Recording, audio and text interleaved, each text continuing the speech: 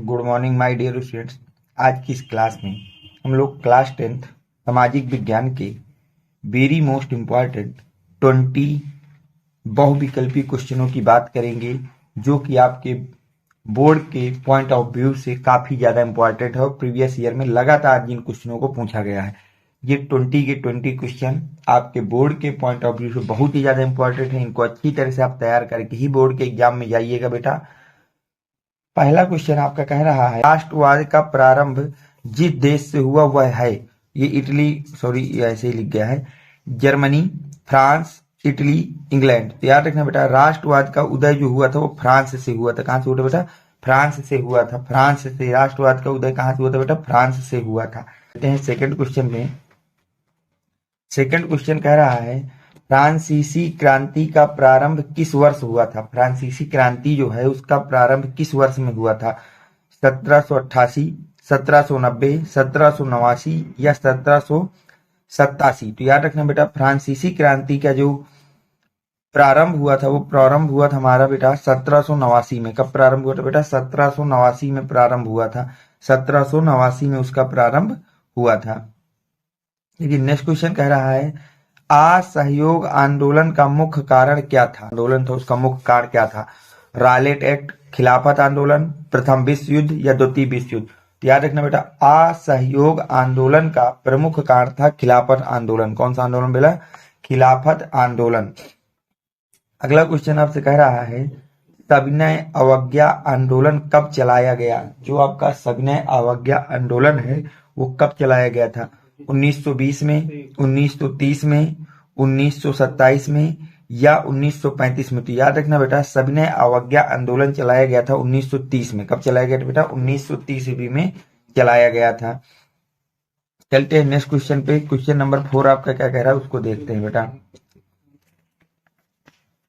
Question number 5 आपसे कह रहा है, संयुक्त राष्ट्र संघ का मुख्यालय कहां पर स्थित है? जो संयुक्त राष्ट्र संघ है उसका मुख्यालय कहां पर स्थित है?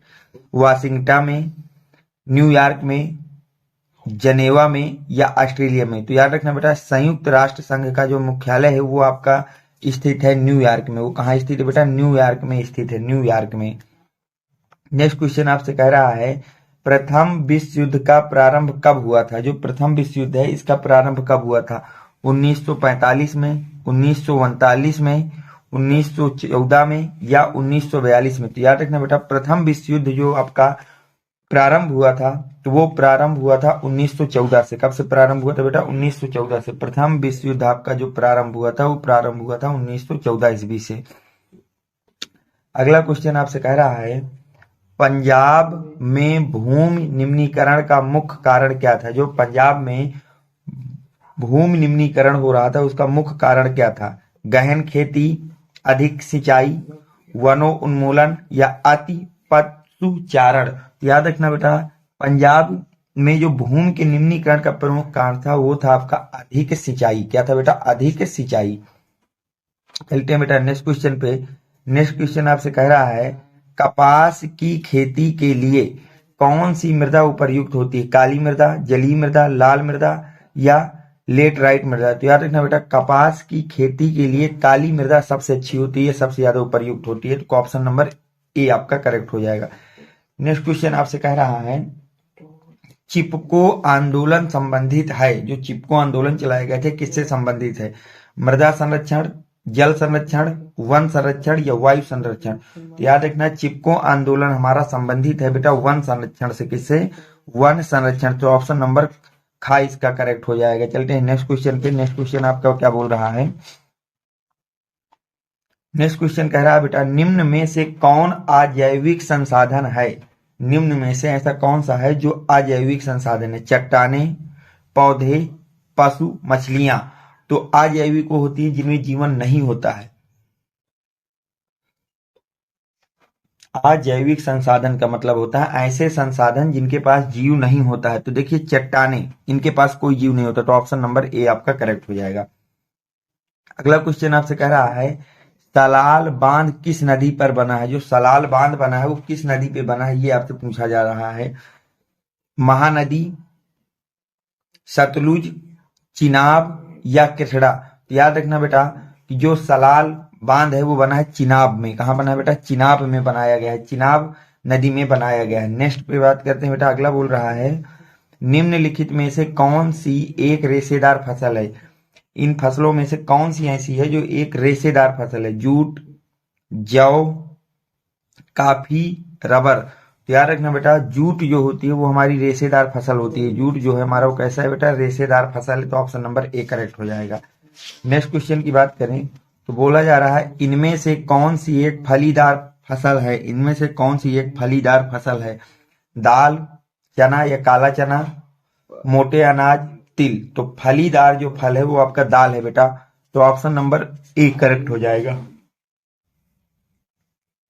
नेक्स्ट क्वेश्चन कह रहा है झारखंड में स्थित कोडरमा, झारखंड में स्थित कोडरमा निम्नलिखित में से किस खनिज का अग्रणी उत्पादक है?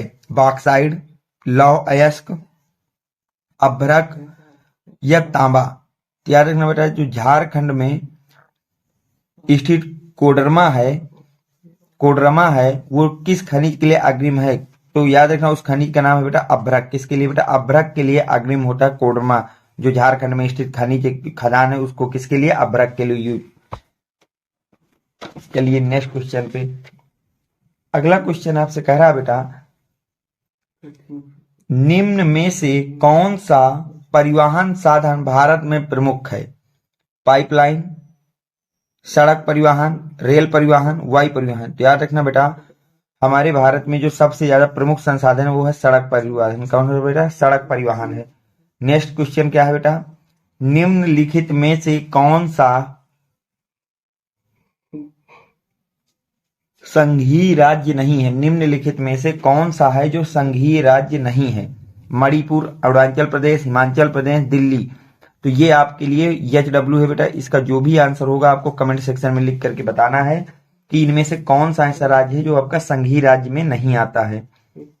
नेक्स्ट बात करें तो अगला क्वेश्चन कह रहा है बेटा भारत में मताधिकार की आयु क्या है? जो भारत है वहां मताधिकार की आयु कितनी होती है? 21 वर्ष, 25 वर्ष, 20 वर्ष, 18 वर्ष। तो याद रखना बेटा, भारत में जो मत देने का, वोट देने का अधिकार है वो 18 वर्ष से हमें प्राप्त हो जाता है, 18 वर्ष की आयु में। अगला क्वेश्चन कह रहा है निम्नलिखित में से कौन सा विकसित देश है? निम्नलिखित में से कौन सा विकसित देश है? Brazil, France, Bharat, Bangladesh. तो याद रखना बेटा, विकसित देश हमारा है फ्रांस। कौन सा है बेटा? फ्रांस जो है हमारा वो विकसित देश है। फ्रांस हमारा कैसा है बेटा? विकसित देश है। अगला क्वेश्चन बेटा बोला जा रहा है सार्वजनिक और निजी क्षेत्रक के आधार पर विभाजित है। जो सार्वजनिक और जो निजी क्षेत्रक है वो किस आधार पर विभाजित है? रोजगार की शर्त पर, उद्यमों के स्वामित्व पर, आर्थिक गतिविधियों पर या श्रमिकों की संख्या पर। तो याद रखना बेटा, सार्वजनिक और निजी क्षेत्रक जो हैं वो जो विभाजन किया गया है उसको उद्यमों के स्वामित्व के आधार पर विभाजन किया गया है। आज की क्लास का नेक्स्ट क्वेश्चन कह रहा है बेटा विश्व व्यापार संगठन का मुख्यालय कहाँ है? न्यूयॉर्क में है, जिनेवा में है, पेरिस में है या ओटावा में है? तो याद रखना बेटा, विश्व व्यापार संगठन का जो मुख्यालय वो है आपका जिनेवा में है। वो कहाँ है बेटा? जिनेवा में। तो ये आज के क्लास के 20 वेरी मोस्ट इंपॉर्टेंट बहुविकल्पी क्वेश्चन रहे। उम्मीद करता हूं कि ये वीडियो आपको पसंद आया होगा। तो वीडियो को लाइक करें, चैनल को सब्सक्राइब करें। Thanks for watching. Next video coming soon.